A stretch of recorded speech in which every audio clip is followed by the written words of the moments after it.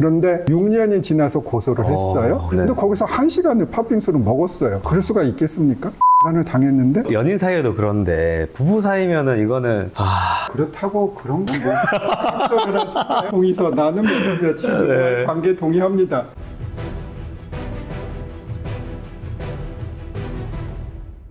저희가 또 이런 남녀 문제 저희 채널이 연구소다 보니까 성인지 감수성 판결도 짚고 넘어갈 수밖에 없을 것 같아요. 김명수 대법관 시절에 선고된 성인지 감수성 판결에 대해서 전직 부장판사님으로서 의견이 어떠신지 좀 궁금합니다. 사실은 이런 거는 변호사님이 저보다 더 잘 아실 것 같아요. 저는 형사사건은 많이 하지는 않아요. 네. 제가 많이 하는 건 민사, 가사. 제가 이제 가정법원 오래 있어서 가사, 이혼, 상속 많이 하고 있고요. 간략히 이상적으로 말씀을 드리면 성인지 감수성 판결은 피해자가 피해를 호소하고 진술에 특별히 문제가 없다고 보면 믿으라. 그런데 이거는 형사소송의 기본 원칙에 좀 어긋나는 게 아닌가. 책에 찾아보면 형사사건에서는 법관에게 확신을 줄 정도로 그렇죠. 입증을 해야 된단 말이에요. 근데 실무는 그렇지 않게 운영되고 있어요. 그래서 그게 너무 안타깝습니다. 그래서 정말 남자는 세상 사는데 굉장히 조심해야 된다. 특히 뭐 성관계를 하고 이럴 때는 그런 생각이 들고, 제가 뭐 사례를 좀 들어서 뭐 꼭 성인지 감수성하고 뭐 직접 관련되는 건 아니지만 말씀드리면, 어떤 사건은 직장 초년생이었을 거예요. 대학 막 갓 들어간 여자애하고 온라인에서 좀 이렇게 대화를 하다가 서로 가까워졌어요. 그래서 우리 한번 만나자. 그래서 만났는데 이 남자애가 잘못은 했죠. 여자애가 뭐 땀이 나고 이러니까 뭐 꼬셔가지고 모텔 가자. 너 좀 목욕 좀 해라. 말이 됩니까?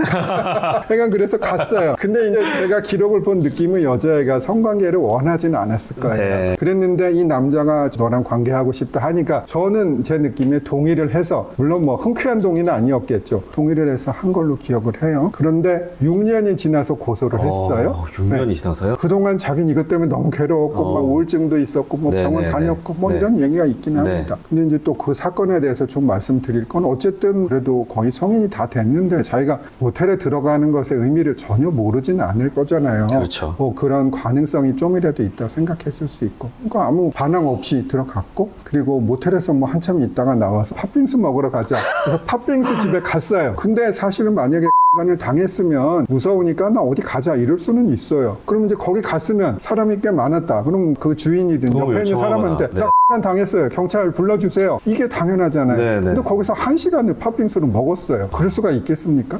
을 당했는데 얘기도 하고 옆에 사람들 많은데. 성인지 감수성 판결에서는 그런 경우에 피해자의 말을 들어줘라 라는 판결이지 않습니까? 그래서 결국은 1심에서 그 친구가 한 5년 실형 나왔고요. 제가 2심에서 했어요. 전 무죄 주장 당연히 했죠. 항소 기각됐습니다. 지금 뭐 한 2, 3년 지났으니까 살고 있을 거고요. 그리고 80세 된 할아버지가 70세 된 할머니에 대한 간죄로 기소된 사건이 지금 결론은 나왔는데, 하여간 제가 진행을 했어요. 제가 이제 무죄 주장, 그러니까 관계를 한 건 할아버지도 인정을 해요. 무죄 주장을 했고, 사실은 간에서 폭행이라는 게 반항을 억압할 정도여야 되잖아요. 그렇죠. 그냥 맨손으로 폭행을 했다면 뭐 심하게 좀 신체 접촉이 있을 거고, 아니면 뭐 칼을 들고 한다거나, 아니면 뭐 어떤 내용을 뭐 협박을 하거나 이런 게 있어야 되는데 그런 건 하나도 없어요. 근데 80세 할아버지인데 황반변성이라는 병이 있어요. 황반변성이 심해지면 중앙은 안 보여요. 그런데 그런 할아버지가 을 했을까 상당히 의문이 있고, 제가 이거 서면에까지 썼어요. 이걸 어떻게 했겠냐. 근데 판사님은 어떻게 생각하시는지 그 부분은 판단을 안 해주셨는데, 그래서 그런 경우는 사실 좀 무죄가 나는 게 맞지 않겠습니까?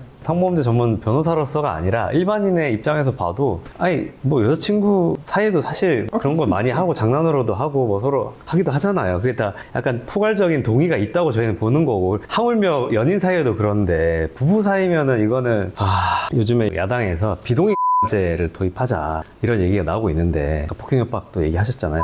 에 있어서 비동의죄는 그냥 폭행 협박 그 요건을 아예 빼고 동의가 없는 성관계를 그냥 간죄로 처벌하자, 이 법안을 지금 만들려고 한단 말이에요. 이거에 대해서 어떻게 생각하세요? 저는 부적절하다고 생각하는데, 간의 폭행 협박이 반항을 억압할 정도다. 해설서엔 그렇게 돼 있지만 사실은 실무에서는 훨씬 약하게 하고 맞습니다. 있고. 맞습니다. 그건 뭐 맞는데, 그렇다고 그런 건 뭐 각서를 했을까요? 동의서 나는 몇 친구와의 관계 동의합니다. 근데 사실은 저한테 비동의 같이 신설하자고 보내는 분이 한 분 있었어요. 여자분인데 이제 자기는 이제 그런 노력을 한다. 그분은 준간죄를 제가 보기에 당했어요. 동의 간죄를 해결할 게 아니라 준 간죄가 사실은 기소돼야 되는데 그게 불기소가 나와서 그분은 그게 한이 된 거죠. 네. 법적으로 동의하기는 어렵습니다. 네. 죄를 굳이 만들 필요가 있나? 아니면 전 그러면 뭐 폭행의 정도를 좀 더 약하게 뭐 법제화하든가. 그러니까 사실상 아까도 말씀하셨지만 저희 형법 규정과는 다르게 거의 뭐 폭행 협박이 사실 없어도 동의하에 하지 않는 성관계를 를 처벌하고 있어요. 실무상 이미 그렇게 하고 있는데 법을 또 그 명문화를 시켜버리면 진짜 이 피해자, 이 여성분의 의사에 100% 맡겨서 유무죄를 판단하겠다라는 걸로 저는 보였거든요. 강제 추행 사건이었을 거예요. 근데 어쨌든 간에 이렇게 신체 접촉을 했는데 가만히 있었습니다. 네. 가만히 있었다는 사실은 인정이 돼요. 근데 그것도 유죄로 했어요. 그러면은 그 의견을 관철하면 이 여친하고 뭐 얘기할 때 나 손잡아도 돼? 나 키스해도 돼? 이렇게 허락을 받아야 된다는 모든 단계를 거예요. 다 쪼개서 사람 분위기라는 게 있다가 서로 그거를 내가 명시적으로 동의를 안 했으니까 그건 동의를 안 얻은 거고 추행이다? 저는 그건 아닌 것 같습니다. 그래서 지금 무죄 추정의 원칙이 있잖아요. 이게 과연 성범죄에도 적용이 된다고 보시는지. 즉답을 하면 저는 네. 아닌 것으로 보인다. 법원의 형사재판 실무에서 제일 안타까운 게 무죄 추정을 적용하지는 않고 있다. 이런 생각이 들어요. 뭐라고 주장을 해도 이 범죄자,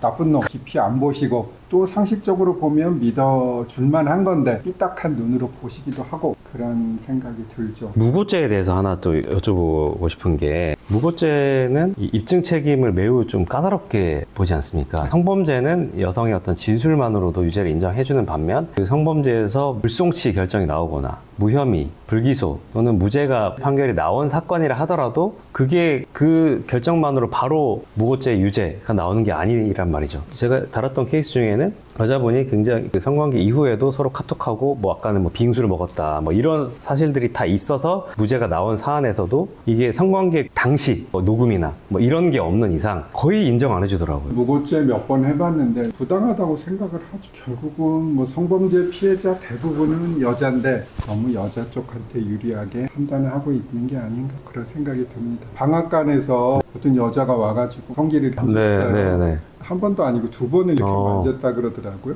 이거는 피해자가 남자니까 더 약하게 처벌받을 수 있다. 그건 아니지 않을까요? 저도 최근에 제 영상에 올라간 사례인데 길에 서 있는 남자분이었는데 또 여자분이 전혀 모르는 일면식이 없는 분이 와서 가슴을 주먹을 한 대 탁 때리면서 그냥 안겼어요. 그 매미처럼 이렇게 그냥 아예 완전히 안겨버린 거죠. 그래서 이분이 또 무슨 일이 있을까봐 이 핸드폰으로 셀카로 이제 동영상을 찍었어요. 그 상황을. 그래서 그런 정황이 모두 다 영상에 담겨 있고 그거를 근거로 해서 강제추행이다. 이렇게 고소를 했는데 경찰에서는 강제추행은 아예 안 받아주고 폭행으로만 입건을 해가지고 폭행에 있어서는 이제 합의를 해줬어요. 그 남자분이. 이분이 막 사과하고 하니까 여자분이. 그러니까 이 남자분도 여자분이 술에 만취돼서 한 거라서 여자분을 뭐라고 하려고 하는 건 아닌데 남녀가 바뀌었다고 생각하면 100% 강제추행이잖아요. 인정을 아예 안 해줬어요. 저희가 지금 이거는 수임을 해서 이의신청을 하고 있는데 경찰에서 아예 받아주질 않더라고요. 당연히 저는 추행이 된다고. 네, 지금 이 경찰관 잘 보세요. 지금 부장판사 출신의 변호사님도 된다고 하시는데 보니까 저희 법대 선배님이시더라고요. 대선배님. 연수원 선배님 엄청난 또 선배님이시고 그 당시에는 몇 명 정도? 저희는 300명이었어요. 네, 저희 때는 1000명이었었는데 300명 때면 엄청 합격하기 되게 어려운 시절에 합격을 하시고 그 당시에는 변호사 돼도 뭐 빌딩 올린다 뭐 이런 얘기가 있을 때가 아닙니까? 제가 나올 때만 해도 빌딩은 못 올리고요. 근데 또 재밌는 얘기 하나. 네네네. 제가 초임 때 네. 부장님이 있었어요. 저랑 같이 일하고 한 6개월 있다가 이제 개업을 하셨어요. 네네. 정말 뭐 이런 얘기하면 뭐라 그러겠지만 참 변호사 해도 하기도 편하고 그렇죠. 지금은 정말 변호사 얻기 힘들어요. 그럼 공부를 한 몇 년 정도 하신 거예요? 사법시험 준비를? 저는 뭐 1학년 때 조금 준비하다가 네. 2학년 때부터 했죠. 4학년 때. 2학년 때 준비해서 4학년 때 재학 중에 그냥 아니 근데 꽤 많아요. 지금 네. 360명이었나? 30명 정도. 한 10분의 1 정도. 일본에 어떻게 쓰셨냐면 저는 그 정도 머리가 좋지는 이렇게 쓰시면 이 보시는 실이에요. 제가 IQ 테스트를 하잖아요. 그러면 130 정도 나왔나? 그러니까 반에 저보다 좋은 학생이 항상 있어요. 한두 명 정도. 근데 저는 솔직히 말씀드리면 저는 어떤 중요한 일이 있으면 다른 일을 못 해요. 그러니까 시험이 있으면 거기에 올인을 한다는 거죠. 그래서 잘할 수밖에 없네요. 네. 조용조용하게 이제 웃으시면서 어떤 분을 후드로 패고 계시니까, 팩트로 패고 계시니까. 처음 있는 일입니다. 네, 담당 일진으로. 제가 공부 얘기를 좀 해보면 고등학교 때 뭐 한 2학년, 3학년 됐을 때 체육 시간에 책을 하나 뜯어가지고 잘 요약이 된 책 갖고 가서 거기서 읽었어요. 그런 시간에도. 그리고 버스 타고 갈 때도 당연히 했고 언제는 제가 걸어가는데 뭘 보고 왔어요. 머리에서 불이 번쩍하는 거예요. 전봇대 거기 부딪힌 거예요. 요새 같으면 이게 뭐 영조물 하자로 손해배상 청구를 할 것 같은데 제가 뭐 그렇게 많이 약간 이 변호사님 말씀 들으니까 위인전기를 읽는 느낌이랄까요? 이제 어렸을 때부터 책을 분철해서 다니면서 계속 보시고 네, 돌아다니시면서 제가 공부를 못했으면 친구들이 뭐라 그랬습니까? 진짜 웃기고 앉았어 이랬겠죠. 근데 잘하니까 아 쟤는 정말 저러니까 공부 잘하는구나. 그럼 이제 제가 공부하고 있으면 와가지고 전교 1등이야 이런 얘기를 좀 많이 들었고 우리 어머니가 제일 좋으신 학교에 뭐 가면 가만히 있어도 다른 학부형들이 와서 도대체 어떻게 이렇게 공부를 잘하는데 근데 정말로 저희 어머니 아버지는 저한테 공부하라 라는 말을 함부로 하신 적 없어요. 그러면 제가 다 알아서 우리 변호사님께서는 그 법조인의 꿈을 언제부터 이렇게 생각을 하셨는지 좀 궁금합니다. 솔직하게 답을 해야 돼 하는데 저는 법대 가고 싶지 않았어요. 그럼 양보를 하시지 왜 꼭 굳이 가셔가지고.